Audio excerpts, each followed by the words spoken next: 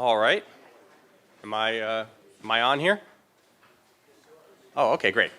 Good afternoon, everyone. Welcome to the Uncommon Core lecture, the causes and consequences of the Ukraine crisis. My name is Michael Volchak. I attended the university from 1986 to 1991. I got a bachelor's in political science and a master's in international relations. Professor Mearsheimer was a tremendous influence on my life, completely revolutionizing my worldview, changed how I looked at international relations, politics, just everything. In fact, he was such a big influence on my life that,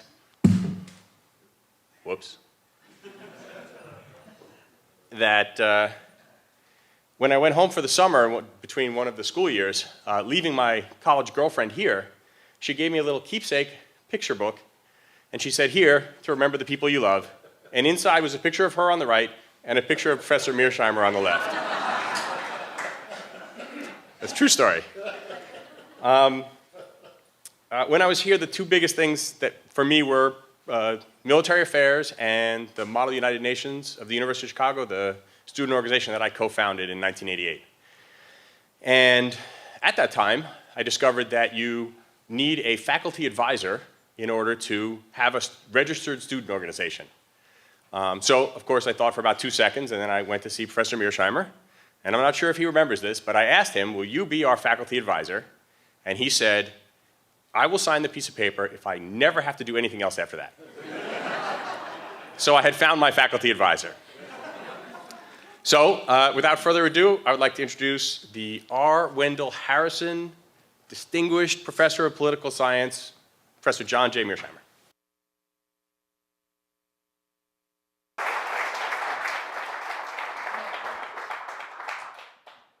Thank you very much for that kind introduction. Thanks all for coming out to hear me talk. The subject I want to talk about is the causes and consequences of the Ukraine crisis, which of course has been in the news in a really big way since February 2014. And indeed, there was a big story on the civil war in eastern Ukraine in the newspapers this morning. The outline I'd like to follow is I'd just like to make a number of preliminary comments to give you some background on this crisis. Then I'd like to give you my thinking on what caused the crisis. Then tell you why I think the conventional wisdom is wrong. Talk a little bit about the West's response so far to the crisis, which is just, in my opinion, making a bad situation worse. And tell you what I think should be done. And then finally wrap up with some discussion of the consequences. So let me start with some preliminary comments. First, with regard to America's core strategic interests. For me, core strategic interests are areas of the world where you're willing to fight and die. And in my opinion, outside of the Western Hemisphere, which is of enormous strategic importance to us, there are only 3 areas of the world that really matter. 1 is Europe, 2 is Northeast Asia, and 3 is the Persian Gulf. And it's very important to understand that since this country got its independence in 1783, Europe has been the most important area of the world. Even though the Japanese attacked us at Pearl Harbor, we had a Europe first policy going into the war, and we had a Europe first policy throughout the war. And it's in large part because the great powers in Europe are more important than the great powers in Northeast Asia over time. And of course, the Persian Gulf was an important area because that's where the oil is, and oil is a critical resource that matters greatly in the international system. So those are the 3 most important areas outside the Western Hemisphere. And again, since the beginning of this country, Europe has been number 1. You want to understand that we're undergoing a fundamental shift of great importance. Asia, because of the rise of China, is going to be the most important area of the world for the United States. The Persian Gulf, because it's inextricably linked with Asia, oil flowing to India, oil flowing to China, the Persian Gulf will be number 2. And Europe will be a distant 3. We're basically leaving Europe in the rearview mirror. And of course, you want to keep this in mind because the Ukraine crisis is in Europe and it involves NATO. Just how to think about the geography of Europe. This is a simple, if not simplistic, way of thinking about it. But here's a map. You can see where Ukraine is. You can see where Poland is. You can see where Russia is. The way I think about European security is there's France, Germany, Poland, Ukraine, and Russia. Of course, we're moving from west to east.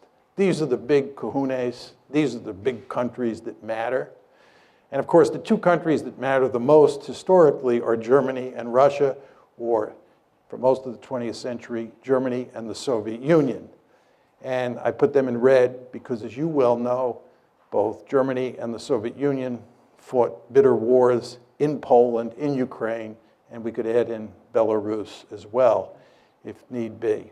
But as we go along here, you want to keep in mind that Ukraine is right next to Russia, and Poland is right next to Ukraine. And then out further west is Germany and France. Take this a step further. This is the ethnic breakdown of Ukraine. I'm going to show you a number of maps, all of which are designed to show you that Ukraine is a badly divided country, and what's taking place inside Ukraine today is in good part a civil war. And to that extent, it doesn't have that much to do with what the Russians or the West are doing there. And as you can see in red are mostly Ukrainian-speaking people. And then as you move further east, you're talking about lots of Russians and certainly lots of Russian speakers. This is the Ukraine election of 2004. This is the election in the wake of the famous Orange Revolution, which I'll talk more about. As you can see, the country is badly divided between the East and the West. The Russian speakers in the East and the Ukrainian speakers in the West. This is the 2010 election, which resulted in Yanukovych getting elected. I'll talk about President Yanukovych as we go along. He was elected in 2010. And you can see there the voting patterns in the 2010 election look a lot like the voting patterns in the 2004 election. And then these are two recent surveys that came out from the International Republican Institute, that's here in the United States. This one says, if Ukraine could enter only one international economic union, which of the following should it be?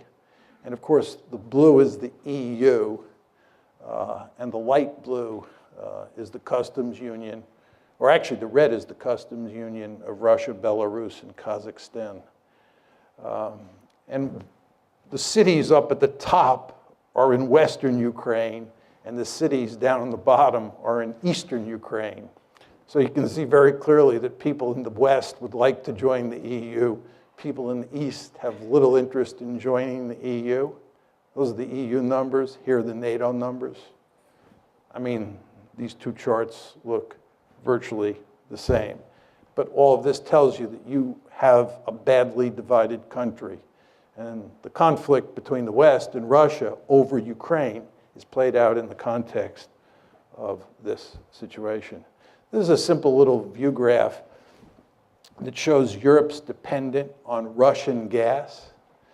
It's quite clear from that view graph that many of the countries in Eastern Europe and even countries like Germany are heavily dependent on Russian natural gas. And of course, that gives the Russians lots of political leverage in this crisis, and it makes it very difficult for us to put pressure on the Russians. Okay, those are just a number of preliminary comments I wanted to throw out just to set this up. Let's talk about the causes of the conflict. I think if you're going to talk about the causes of the conflict, you have to come at it from three different perspectives. First of all, you have to ask, what are the deep causes of the crisis? What are the structural factors that underpin this conflict? Then you have to talk about the precipitating causes, because the crisis broke out on February 22nd, 2014. Things were not terrible until February 22nd, 2014. And that's when everything went to hell in a handbasket. And the question is, what caused it then? If you focus on deep causes, it can't tell you why something happened in February 2014, but the precipitating causes are designed to get at that. And then what we want to talk about is the Russian reaction, why the Russians did what they did with regard to Crimea, with regard to eastern Ukraine. We want to talk about exactly what they did and then why they did it. So let's start with the deep causes.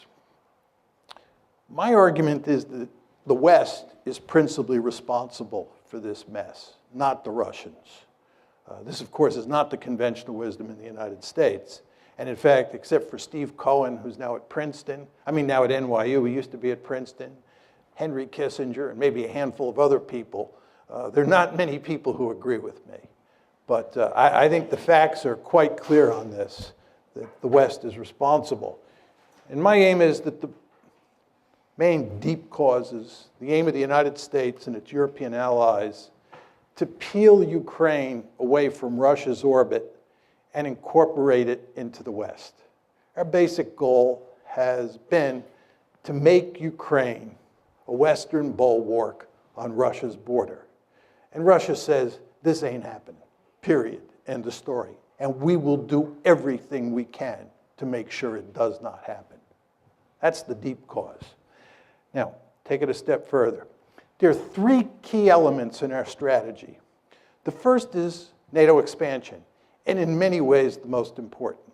And I'll talk in some detail about that in a second. But as you all know, since the Cold War ended, starting with the Clinton administration, we have been moving NATO eastward toward Russia's border. And the Russians have said, this is an absolute no-no. And I'll walk you through the story in a minute. Second is EU expansion. EU expansion is all about integrating Ukraine economically into the West, the way we are in the process of integrating Poland, the Czech Republic, Slovakia, the Baltic states into the West. And of course, we're doing that with NATO as well. These are two sets of institutions, NATO, military institution, the EU, an economic institution. And the idea, again, is to take Ukraine, peel it away from Russia, and make it part of the West. The third part of the story is fostering an orange revolution. This is all about promoting democracy in Ukraine and in other places. As you all know, the United States runs around the world trying to topple regimes and put in their place democratically elected regimes. And for almost all of you, me included, it's hard to be against promoting democracy. We all love democracy. But if you're Vladimir Putin, or if you're part of the leadership in Beijing, when the United States talks about democracy promotion, that means toppling your regime. And you won't be surprised to hear this. They don't like that in Beijing, and they don't like that in Moscow. Right? They do not like that. Right? The Chinese believe that we're behind the protests in Hong Kong. You go to Beijing and you talk to Chinese elites, the idea that we're promoting democracy around the world, and especially in East Asia, just drives them crazy because they think they're in the crosshairs. And you know what? They are in the crosshairs because our basic strategy is to topple regimes all over the world, not simply because we like democracy, but because we believe that whoever gets elected will be pro-Western. So we're killing two birds with one stone. We're promoting democracy and getting leaders who are pro-American. But again, you can see the strategy here: NATO expansion, EU expansion, and promoting democracy. Say a bit more about NATO expansion because it's so important. NATO expansion took place in two tranches. The first one was in 1999. That's when you get Poland, the Czech Republic, and Hungary incorporated into NATO. The second big tranche was in 2004. And that's when the Baltic states, you can see Estonia, Latvia, and Lithuania up top, Romania, Bulgaria, these are the light brown countries. That's the second tranche of NATO expansion. Now, the Soviets made it clear from the mid-1990s they were adamantly opposed to NATO expansion. But number one, they were too weak to do anything about it. And two, it didn't involve the states that were right on their border. I mean, there's no question, as you can see from the map, that Latvia and Estonia are on Russia's border, and Lithuania as well, if you want to include that little enclave between Poland and Lithuania. But the fact is, these were very small states. It was early in the game, and the Russians were willing to live with it.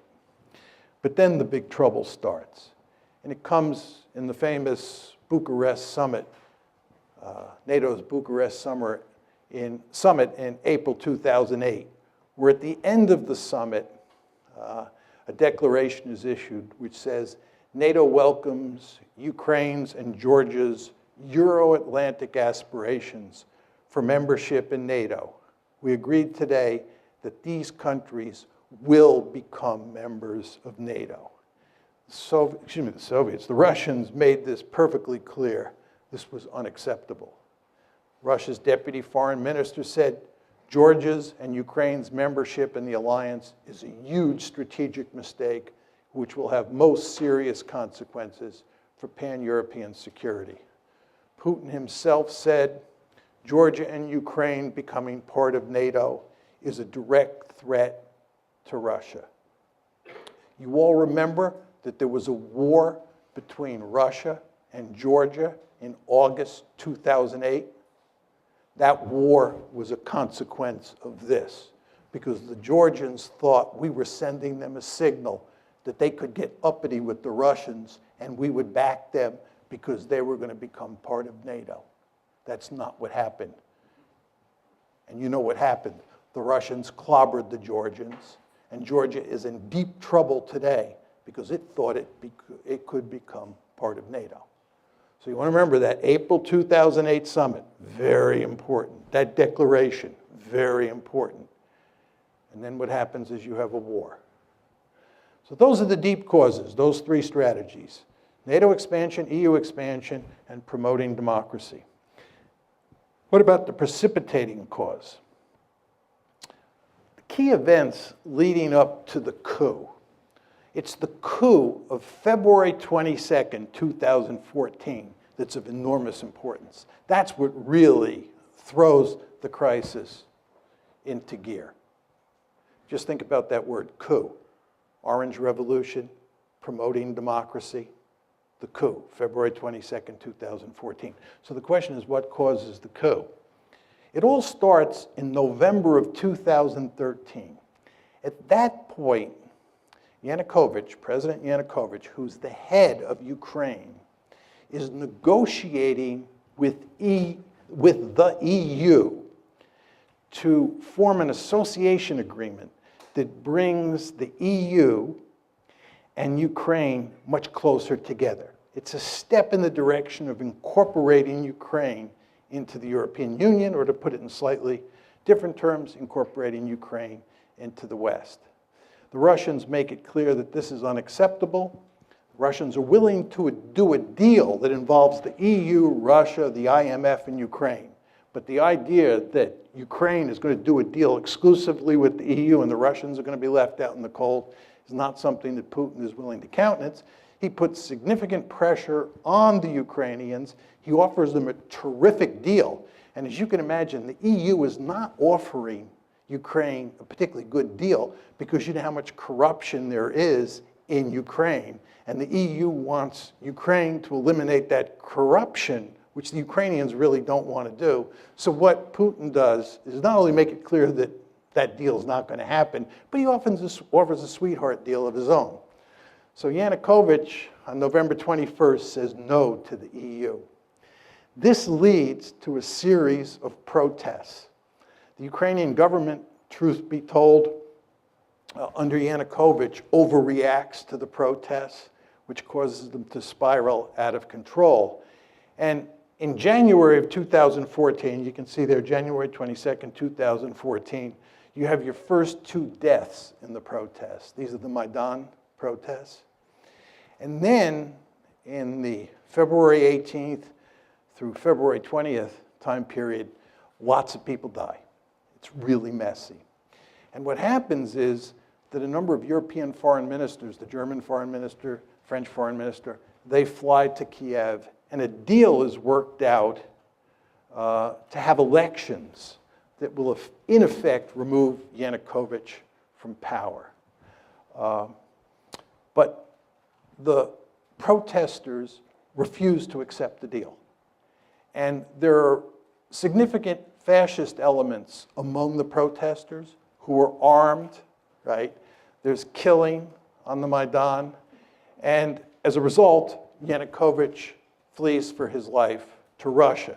And this all happens on February 22nd. And, oh, did I not have that slide on? I'm sorry. One of the problems with this lectern is you can't see. I'm sorry, that's the slide that has all the key events. Oh, gosh. Sorry. I have two slides up here, so I lost track of the fact. So here are the key events after the coup. On February 23rd, Parliament votes to repeal minority language laws in the East. This is basically the Russian language. And then on February 27th, Russian units begin seizing checkpoints in the Crimea. On the 28th, additional Russian forces begin moving into the Crimea. The Russians didn't conquer or invade Crimea. Excuse me, the Russians didn't invade Crimea. They were already there because they had a leasing agreement. There's a naval base at Sevastopol, and the Russians were leasing that naval base from Ukraine. So they had military forces there.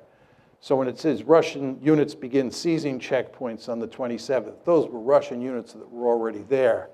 Then additional Russian forces begin moving in on the 28th. And then on the 6th, the 16th, and the 18th, you have a scenario, you have a handful of events that lead to Russia incorporating Crimea. And then, of course, shortly after that, conflict breaks out in eastern Ukraine. And although we do not have a lot of hard evidence that the Russians are physically involved in eastern Ukraine, I think it's quite clear that they are physically involved, that there are Russian troops there. How many is very hard to tell from the outside. I think it's very clear that the Russian government is going to great lengths to make sure that those pro-Russian forces in eastern Ukraine are capable of maintaining a certain amount of independence. And I'll talk more about this in a second. Okay, understanding the Russian response. What is the Russian response? Two parts. First is they took Crimea and they're not giving it back. Crimea is gone. Second is what they're doing is not trying to conquer Ukraine. There are many people who say the Russians are going to go on a rampage, they're going to try and reestablish the Soviet Union or a greater Russia, and so forth and so on. That's not going to happen. Putin is much too smart for that. You remember what happened when the Russians invaded Afghanistan? You remember what happened when we invaded Afghanistan? You remember what happened when we invaded Iraq? You remember what happened when the Israelis invaded southern Lebanon? You want to stay out of these places. In fact, if you really want to wreck Russia, what you should do is encourage it to try and conquer Ukraine. Putin, again, is much too smart to do that. What Putin is doing is he's basically in the process of wrecking Ukraine, and he's telling the West in very simple terms, you have two choices. You either back off, right? And we go back to the status quo ante before February 22nd, 2014, where Ukraine is a buffer state, or you continue to play these games where you try and take Ukraine and make it a Western bastion on our doorstep, in which case we'll wreck the country. And they are, of course, now in the process of wrecking it, right? And they're going to keep this conflict going for as long as they have to. That's the basic game here. Again, two steps. One, took Crimea.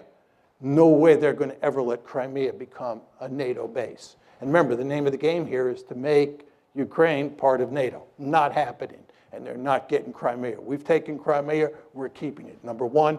And number two, you want a frozen conflict or you want to wreck Ukraine so that it can't become part of the West.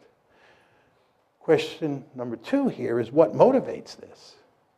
What motivates this is that Russia is a great power, and it has absolutely no interest in allowing the United States and its allies to take a big piece of real estate of great strategic importance on its western border and incorporate it into the West. This should be hardly surprising to the United States of America. As all of you know, we have a Monroe Doctrine. The Monroe Doctrine basically says that the Western Hemisphere is our backyard, and nobody from a distant region is allowed to move military forces into the Western Hemisphere.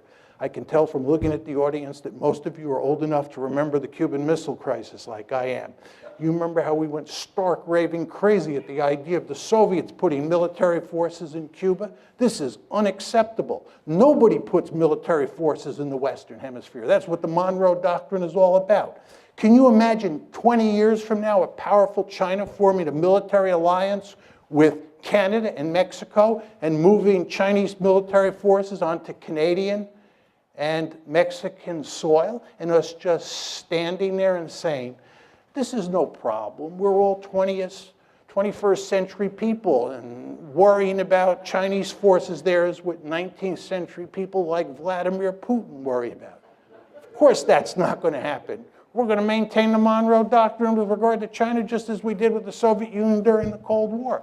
So nobody should be surprised that the Russians were apoplectic about the idea of us putting Ukraine on the western side of the ledger. And by the way, they told us, I gave you the quotes, in the wake of the Bucharest summit. I told you what happened in August 2008 with the Georgia war. The precedents were there. The rhetoric was there. They told us.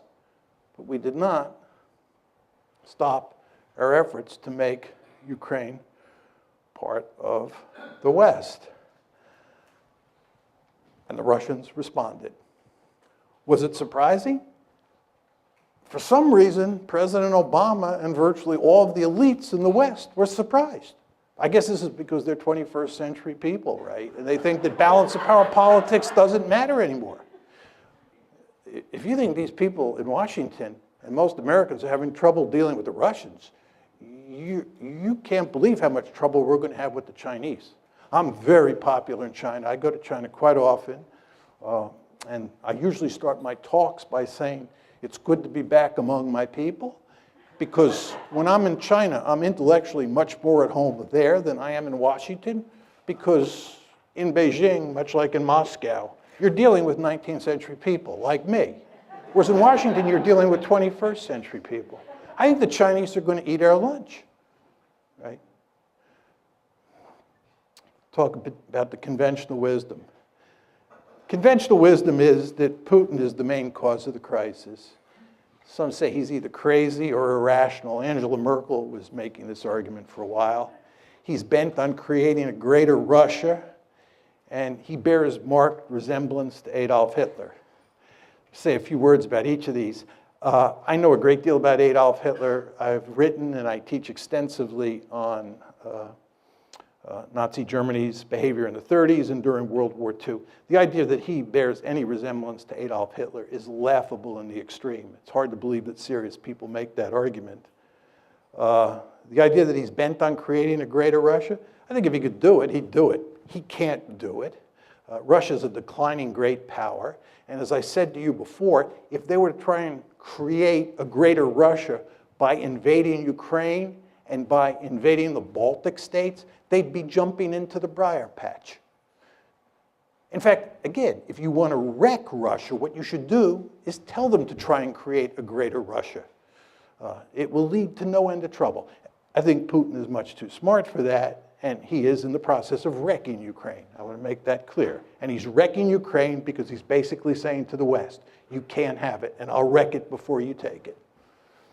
Is he crazy or irrational? I don't think so. I think he's very strategic. And I don't think he's the main cause of the crisis, as I said to you. Another set of arguments associated with the conventional wisdom. This is that the United States is a benign hegemon seeking to promote European stability, seeking to promote stability in Asia, all over the globe, and so forth and so on. There's some countries like Japan and Germany, for sure, Poland, who view the United States as a benign hegemon. There are many countries out there who do not. Iran is one, China's another, and Russia's a third. They just don't see it that way. And because they don't see it that way, you should understand that when you take measures, you meaning the United States, that you think are going to be interpreted as benign, the other side will not see them that way. They will see them as threatening. This gets back to my point about democracy promotion. We believe democracy promotion is an unalloyed good, and we can't understand why people like Putin and the leaders in Beijing don't understand this, but they don't understand it. And if you don't recognize what other people think, you're incapable of putting yourself in their shoes, you're going to get yourself into a heck of a lot of trouble. And of course, that's exactly what happened here. And then another argument is that Putin's behavior proves that it was wise to expand NATO eastward to try to include Ukraine and Georgia, right? What's very interesting is that there is no evidence that we thought Putin was aggressive before the crisis. There's no evidence that we thought that. There's no evidence that we were talking about expanding NATO because we had to contain the Russians. Because again, NATO expansion was driven by 21st century men and women. They believed balance of power politics is dead. That's what happened here. Do you understand? Putin is a 19th century man, right? He does view the world in terms of balance of power politics, as do we when it comes to the Monroe Doctrine in the Western Hemisphere. But in this case, in the case of Europe, we were thinking like 21st century men and women. And we thought that we could just drive right up to his doorstep and it wouldn't matter, right? We did not think that Russia was aggressive. What happened here is that after the crisis broke out on February 22nd, we then decided that Russia was aggressive. We then decided that Russia was bent on creating a greater Russia. It was after the fact. And by the way, this is why President Obama and virtually all of Washington was caught with their pants down when this crisis broke out after February 22nd, because they did not see it coming. Talk a little bit about our response. We're basically doubling down. We're getting tougher and tougher with the Russians. That's our strategy. And that's exactly what you'd expect if you're going to blame them, given that we're incapable of blaming ourselves because we never do anything wrong. You all know that. All the problems in the world are caused by everybody else, never by the United States, because we're a benign hegemon. Well, if we're the good guys and they're the bad guys and they're misbehaving, they're bent on creating a greater Russia, oh my God, this is the 1930s all over again. Any sort of concession to Putin is Munich, October 1938. Can't do that, so what you do is you double down. You get tougher and tougher. Then this brings us to the question of whether we can succeed or not.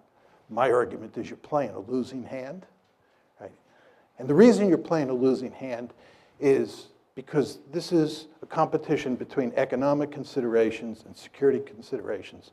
The basic mindset of people in the West is that you can punish the Russians economically and they'll throw their hands up.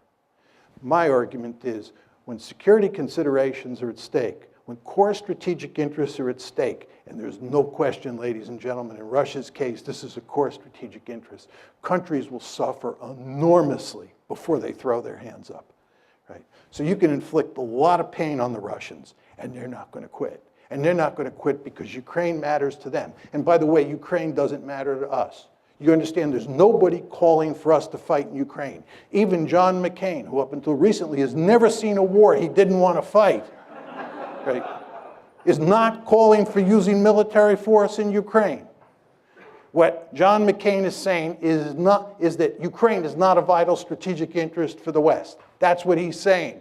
It is a vital strategic interest for the Russians. They've made that perfectly clear, and not just Putin, right? So in terms of the balance of resolve, it's all on their side. And I showed you that slide up there that depicted how much economic leverage the Russians have because of all that natural gas going westward. So we're playing a losing hand here. But let's assume that I'm wrong. Let's assume that we're playing a winning hand and that we are capable of backing Putin into a corner. and we're getting close to pushing them off a cliff. Is this good? You're talking about a country that's got thousands of nuclear weapons. And the only circumstance, really, under which states use nuclear weapons is when they're desperate, when they think their survival is at stake. So what you're talking about is putting Putin in a situation where he's desperate. And if you go home and Google Putin and nuclear brinksmanship, you'll be reading all the articles that come up for the next 2 years, right? Because he's making it clear that you're fooling around with his core strategic interests. And again, he's got thousands of nuclear weapons. So you're putting yourself in a position, right? You're putting yourself in a position where you're willing to risk a possible nuclear war over a piece of real estate, Ukraine, that is not of vital strategic interest to the United States. Again, it's not of vital strategic interest to us. By the way, and this will be my final point on this, what's truly amazing about all of this is that we were talking about incorporating Ukraine into NATO when we have now acknowledged by not taking military action over Ukraine that it's not a vital strategic interest.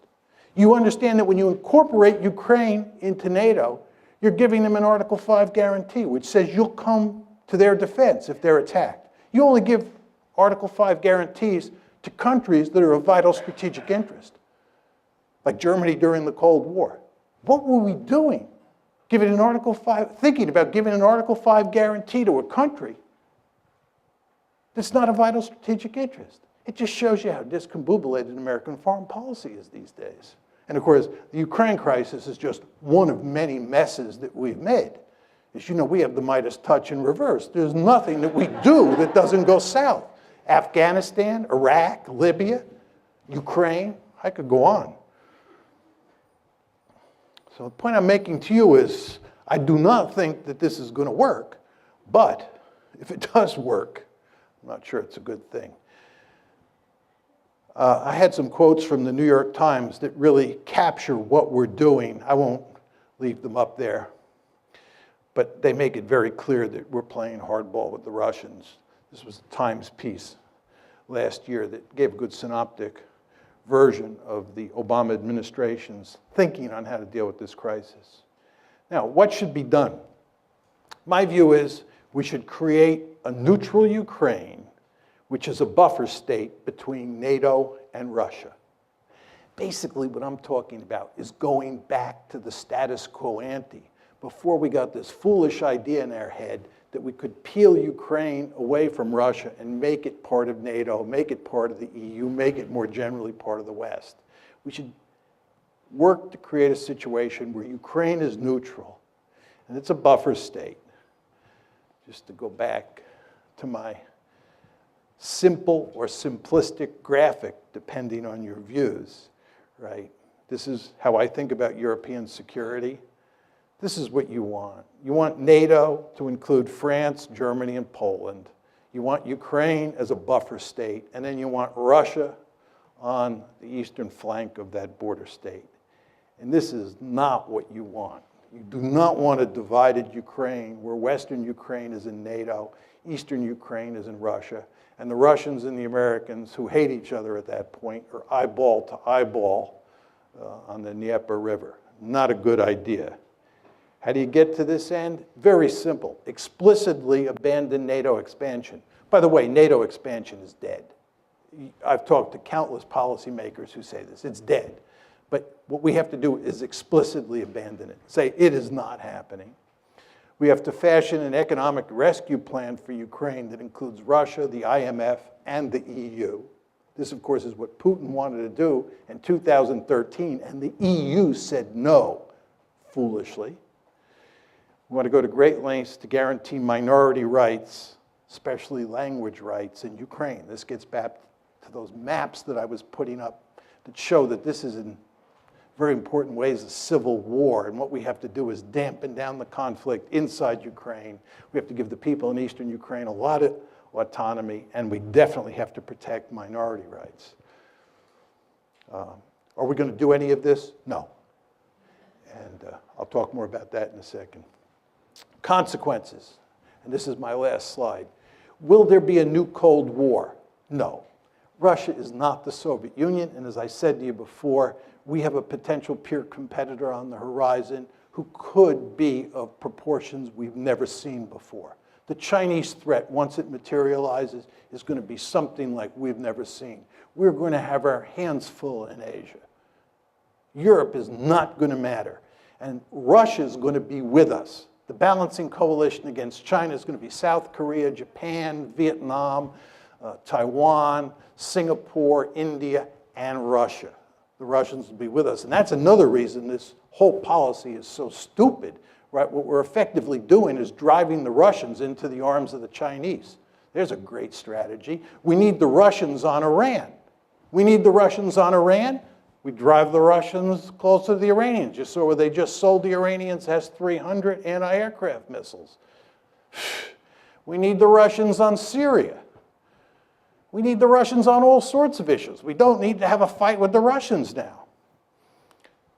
We're not going to have a Cold War. Will the United States still pivot to Asia? Yes. All we need is one big crisis out there. It's coming, probably in the South China Sea sooner rather than later, if you've been reading the newspapers. And once that happens, we will focus laser-like on Asia, because that's a peer competitor. Russia is not a peer competitor. What are the implications for NATO? This gets back to the previous question. I think that NATO is in serious trouble and will disappear as a functioning alliance over time, in large part because I think we're going to pivot to Asia. What are the implications of all this for our Asian allies? It's a very interesting question. I was in Japan in December of 2014, and the Japanese, like a lot of people in Asia, number one, wonder whether we're going to be there for them, right? Because they see us causing trouble over Ukraine. They see us picking a fight with ISIS. And they say if the United States is fighting ISIS, dealing with the Russians over Ukraine, are they going to be able to pivot to Asia? And then furthermore, they say, even if the United States does pivot, can we trust them? If you look at how this gang operates in Washington, it does look like the gang that can't shoot straight. Do we want to depend on them? If you're Japanese and you're depending on the American security umbrella, especially the American nuclear umbrella, don't you scratch your head and say, can I rely on Washington in a crunch with the Chinese over the Senkaku or Diao Islands? Not clear. So I think this has not been good for our relations with our Asian allies.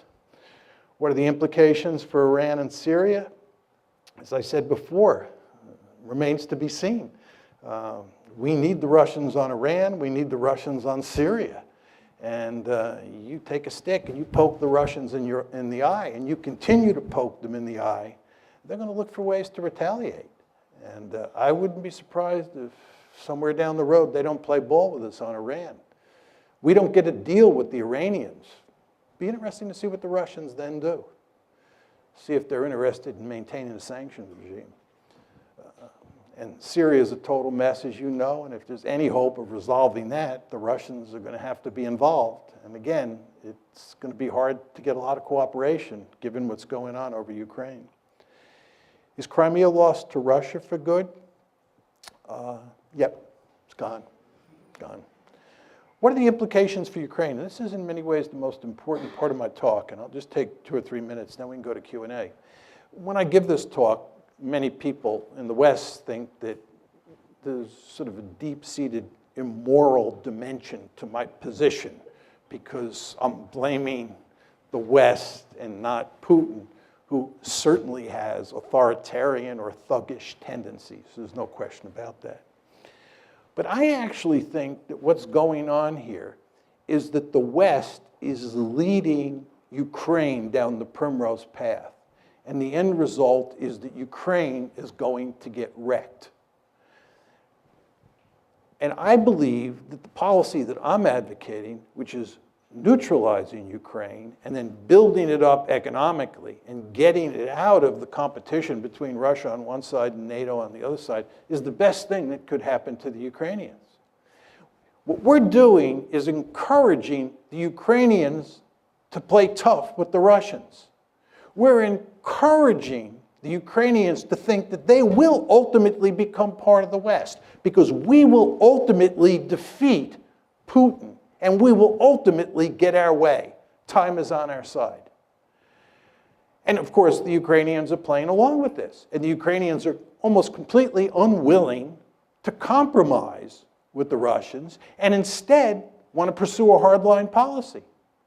Well, as I said to you before, if they do that, the end result is that their country is going to be wrecked. And what we're doing is, in effect, encouraging that outcome. I think it would make much more sense for us to work to create a neutral Ukraine. It would be in our interest to bury this crisis as quickly as possible. It certainly would be in Russia's interest to do so. And most importantly, it would be in Ukraine's interest to put an end to the crisis. Thank you.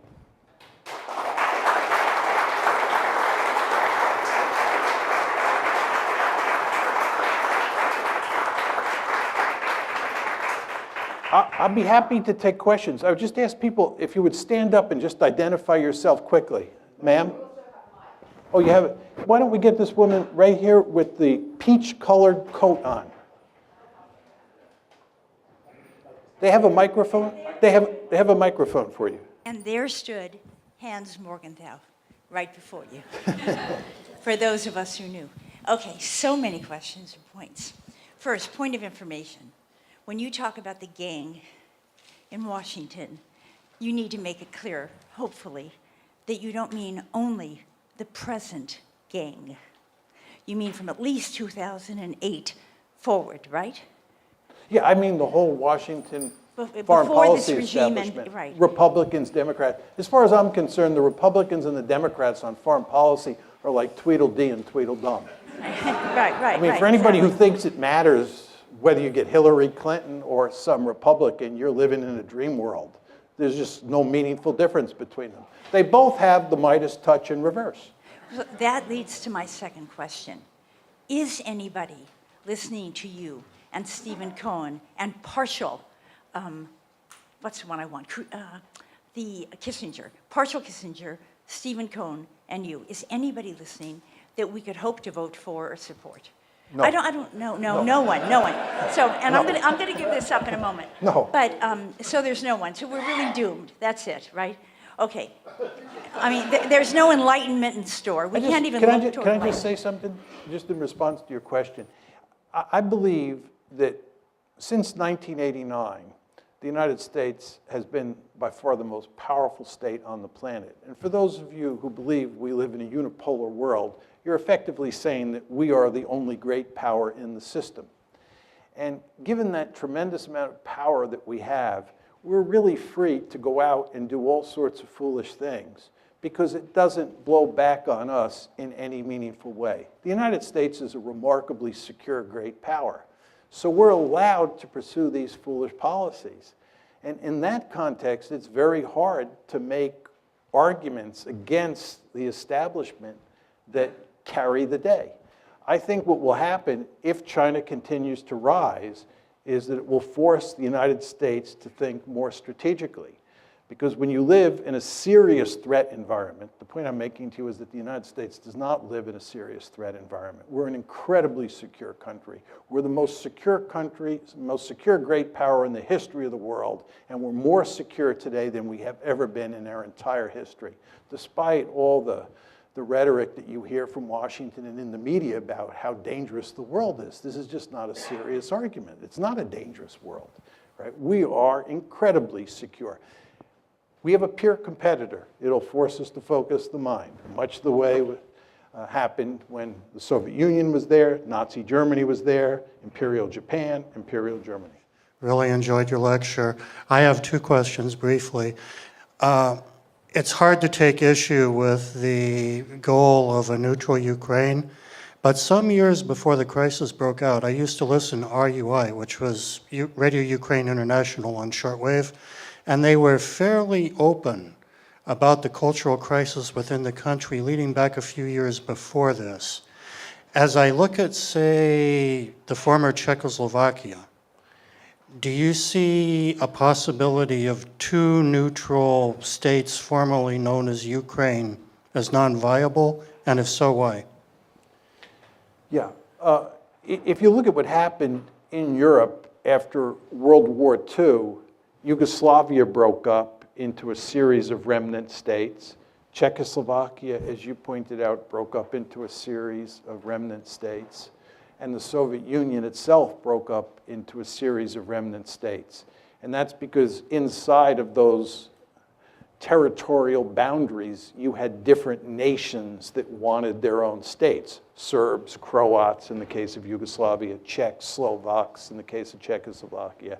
And we know that there were probably 15 or 16 different groups inside of the former Soviet Union. So the question is, inside Ukraine, do you have a similar situation between the people in the East and the people in the West?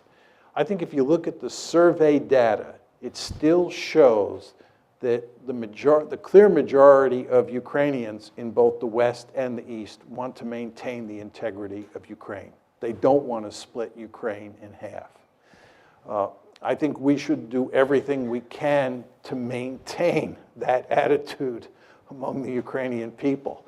My great fear is that as time goes by and the animosity continues to grow, that you may reach a point where there is a lot of sentiment to just break Eastern Ukraine and Western Ukraine off from each other and end up with two Ukraines. But I don't see that happening now. Second and final question.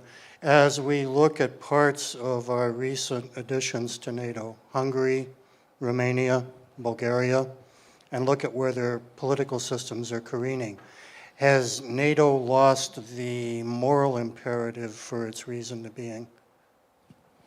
Well, I mean, what we tried to do with NATO expansion and with EU expansion and with democracy promotion was to turn all of Europe into one giant security community in which all of the member states were liberal democracies that were hooked on capitalism and deeply embedded in these institutions and would therefore obey the rules that define the institution, and we would all live happily ever after.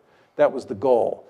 And I think everybody understood that Western Europe looked terrific on all of those dimensions. And what we were going to try and do is extend these institutions eastward and consolidate democracy in countries like Hungary and Poland, and we were going to make them look more like Western Europe over time. We had some success, and there's some failures. And if you talk to most people who study Europe today and spend lots of time over there, they're quite pessimistic about where Europe is headed, not only regarding Eastern Europe, but also with regard to Western Europe. And I'm not sure in 25 years what it'll all look like.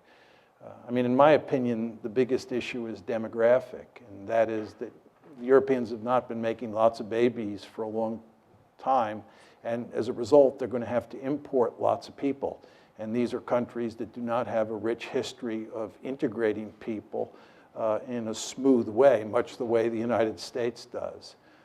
And it's no accident, I think, that you're now beginning to see the rise of far-right parties all across Europe because of all of the immigration. So one could paint a pretty bleak picture about Europe's future. But the counter to that would be, we've now got all those countries, like Romania, right, like the Czech Republic, like Slovakia, embedded in these institutions. And these institutions will go to great lengths to combat those tendencies and in maybe a more incremental way, facilitate the spread of liberal democracy and capitalism.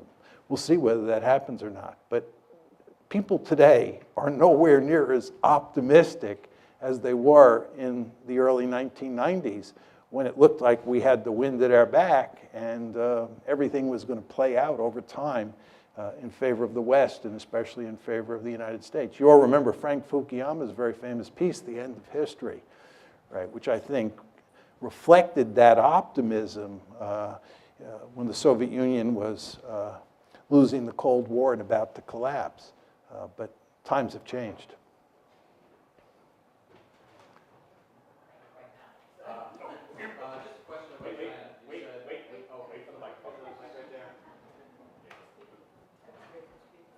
Okay. You said, quote, we're going to have our hands full with China. And so just two questions. What kind of a time frame are you thinking things might start to really happen in that direction? And can you just paint a few scenarios of the sort of things that you think might happen when we have our hands full with China so we know what we can look forward to? Yeah. Yeah. I think when you think about China at this point in time, there are three situations that stand out. One is Taiwan. Two is the South China Sea, which has been in the newspaper a great deal over the past few months. Chinese basically claim that they control all the South China Sea, and as you know, they're building airfields on reefs in the Spratly Islands, and we've told them that's unacceptable, and their neighbors, the Vietnamese, the Philippines, think that's unacceptable. So the South China Sea is a potential flashpoint. Taiwan is a second flashpoint. And the third flashpoint, which was in the news earlier this year and for much of 2013 and 2014, are those rocks in the East China Sea. The Japanese call them the Senkaku Islands. The Chinese call them the Diao Islands. As I was saying to you folks before, I was in Japan in December of last year, December 2014. And it's really quite amazing how worried the Japanese are about China.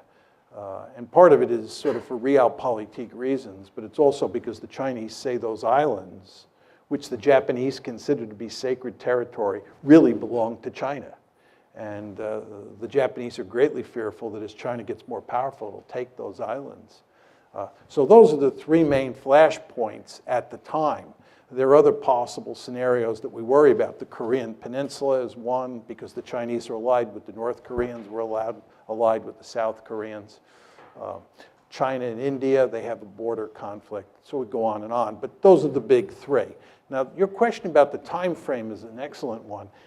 I used to say that it'll take another 10, 15 years before China becomes powerful enough for this problem to manifest itself.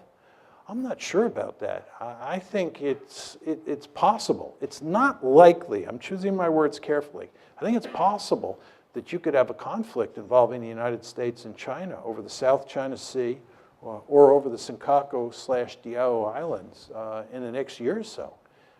I mean, those problems are on the front burner, and it's basically a zero-sum game. I mean, either the Chinese own the Senkaku-Diao Islands or the Japanese do. So we could have trouble out there much sooner than I have anticipated up to now. You've talked about this from the point of view of logical international relations. What do you think of the internal pressures on these countries? Putin has a historically restive population, highly nationalistic, and in major economic troubles now, he may be responding to pressure from his own population to deal with this. On a smaller scale, we see Netanyahu responding to his population, settlers and so on, and disrupting part of the Middle East. Do you see that happening here with the radical right, say, and the neocons influencing Washington policy? I think just with regard to the United States and the neoconservatives, I think the neoconservatives have been one of the principal driving forces behind America's foolish foreign policy since 2001. But as I said before when I was talking about the Republican Party looking like the Democratic Party, there's not a lot of difference between the neoconservatives and the liberal imperialists. The liberal imperialists are the aggressively oriented Democrats, and the neoconservatives are the aggressively oriented Republicans. But they look a lot like Tweedledee and Tweedledum. So the neoconservatives matter for sure, and they mattered during the George W. Bush administration because he was a Republican president.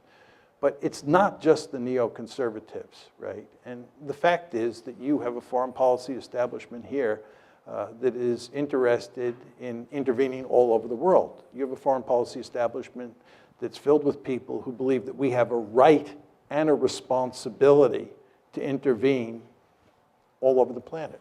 And that leads to unending trouble when you don't have the magic formula for winning the wars that you get into.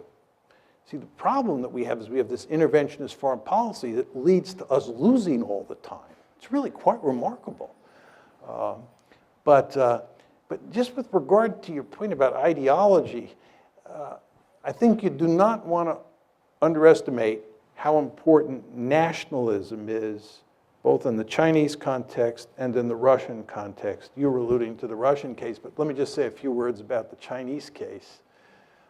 And this is why, getting back to this gentleman's previous question, I worry so much now about Japan and China getting into a shooting war over the rocks in the East China Sea.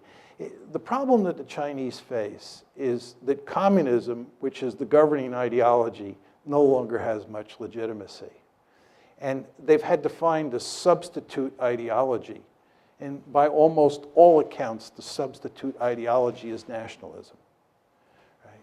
And at the core of Chinese nationalism is what's known as the century of national humiliation.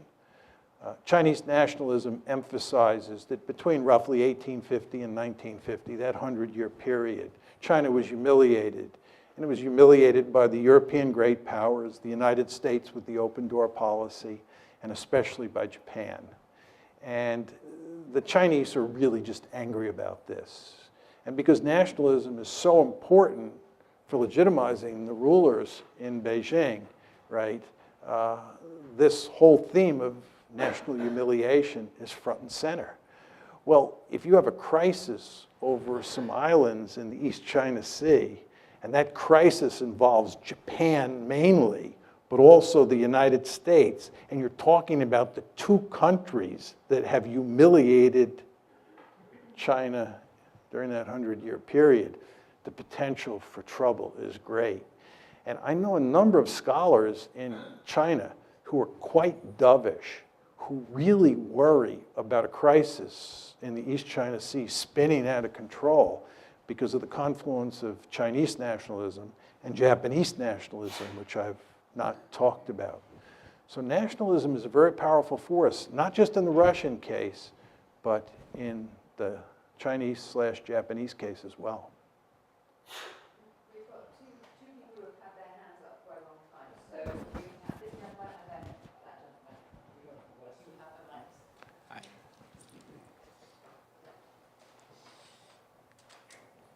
Hi, I'm Adam Chekhov. Actually, I just graduated last year, and Could you talk a little louder? sorry. Hi, I'm Adam Chekhov. I graduated last year also. Thank you for signing the piece of paper that allowed for Model UN to exist as someone who participated in MUN for all 4 years. But two questions. One, this is pretty quick. You talked about like Russia offered Ukraine a deal involving Russia, the EU, the IMF, Ukraine. Can you like lay out the specific terms of that deal? And In 2013. yeah, 2013 when they offered them the deal. And two, this is a little more in depth. What's the first question, though? What are the terms of the deal exactly? I'm not The terms of the deal Russia You want me offered to the outline Ukraine. the terms of the deal? Yes, if I don't know, I honestly don't know what the terms of the deal were. okay, well then we'll just skip that one. But okay, I guess the impression that I've had is that like you do have several. Well, certainly like the U.S. is trying to back Russia into a corner. You do have several like people in Germany, like especially mostly in Merkel's coalition partner, the SPD, like in their cabinet, I think Sigmar Gabriel is one who is pushing for like a more diplomatic solution towards the Ukraine crisis. So in the long term, can you see like potentially Germany, which is at this point Europe's one of their most powerful states, potentially like serving in this crisis, metaphorically speaking, as the sort of the good cop to U.S.'s bad cop, so to speak? Yeah, this is a great question. As you all know, Germany is the most powerful country in Europe. I showed you the map where I told you that Germany and Russia were of enormous importance for thinking about Ukraine. So the question is, how do the Germans think about this? Initially, when the crisis first began, after the February 22nd coup, I thought the Germans would prevail on the Americans to behave smartly and to slowly but steadily just back off and work out some sort of deal. Very importantly, you remember I told you about the famous April 2008 Bucharest conference, and I told you what was said in the final declaration, that Ukraine and Georgia would become part of NATO? It's very important to understand that the reason that we did not take concrete steps during the Bucharest crisis to move to include Ukraine and Georgia was because of German and French, but mainly German resistance. Angela Merkel said, bringing Ukraine and Georgia into NATO is a prescription for disaster. The United States, though, prevailed on getting that statement in the final declaration that I read to you. So based on that, I thought the Germans would play a key role in tamping down American enthusiasm for doubling down. I proved to be wrong. And if anything, Angela Merkel has been a bit more aggressive towards the Russians than President Obama has. It's really quite striking. And therefore, I don't hold out much hope for the Germans. One final point I would make about this, I've actually spoken on this subject in Germany. In early March, I was in Germany, I was in Frankfurt, and then I was in Berlin, talking to different groups. And my view of the Germans is that as a consequence of World War II, the Germans don't want to be out front on any issue. The Germans, to put it rather crudely, are afraid to look at themselves in the mirror, right? And the idea of them taking the lead, it horrifies them across the entire political spectrum. So my message to the Germans when I talked to them was they should be more bolshy when they talk to the Americans. They should tell the Americans more emphatically that they're wrong and we should be doing this instead of that.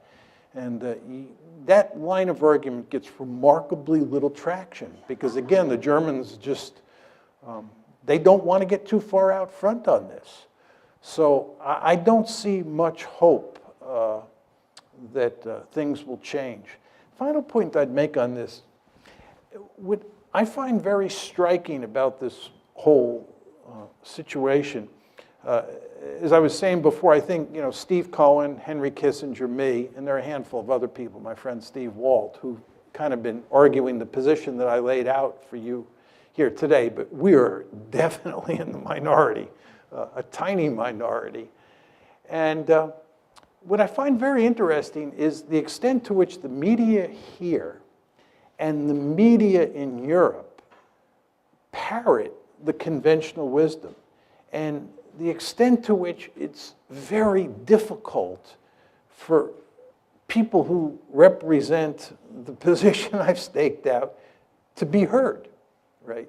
So in Europe, you have this situation, it's especially true in Germany. I don't read German, but just talking to people when I was there about how the media is dealing with this, the conventional wisdom that I laid out for you is omnipresent in the media.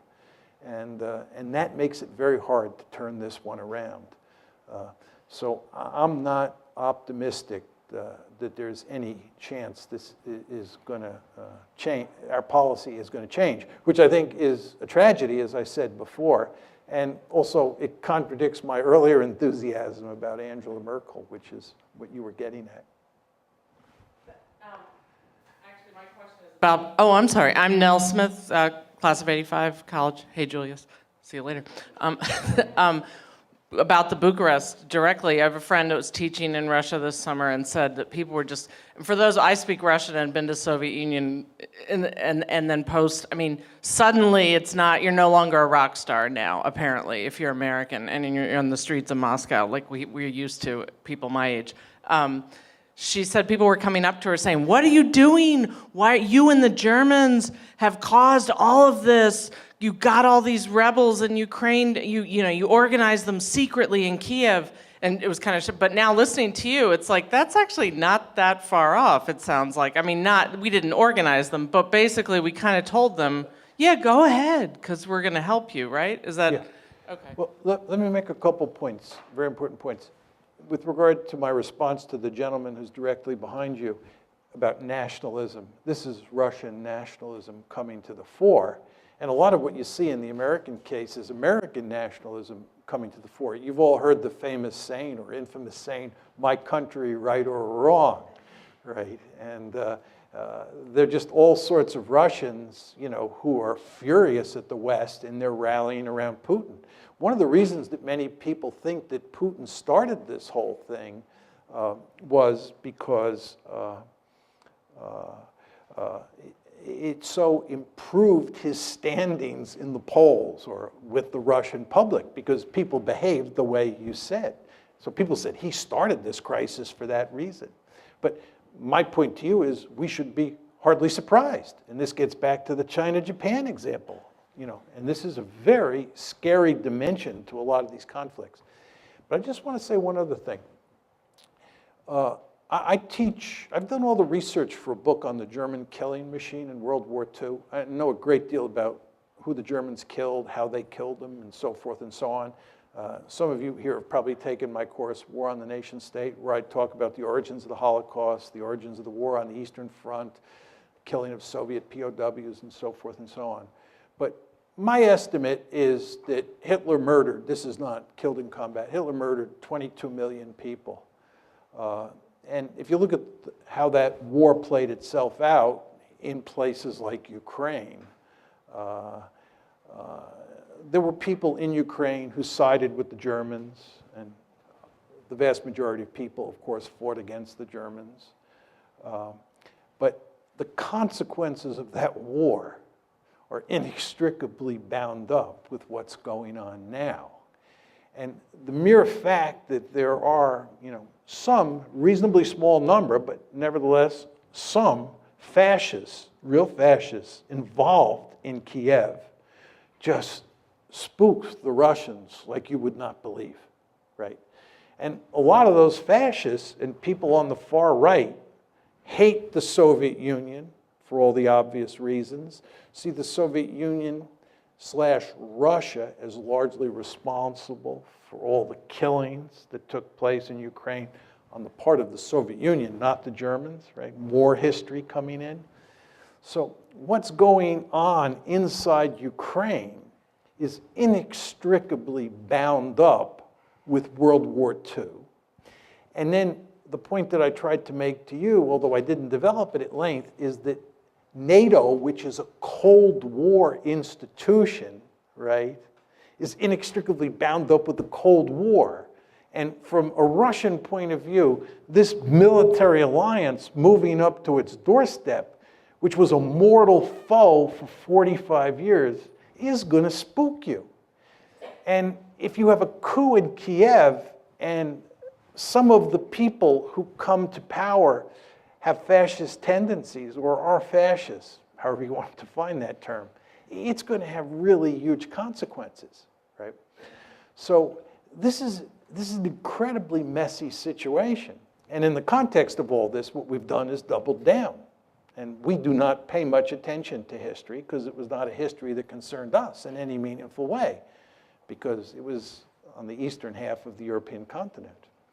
But the potential for trouble here is just very, very great. One more? No more. I can't take any more questions, so you'll have to ask me afterwards. I'll answer your question afterwards. Mike told me that.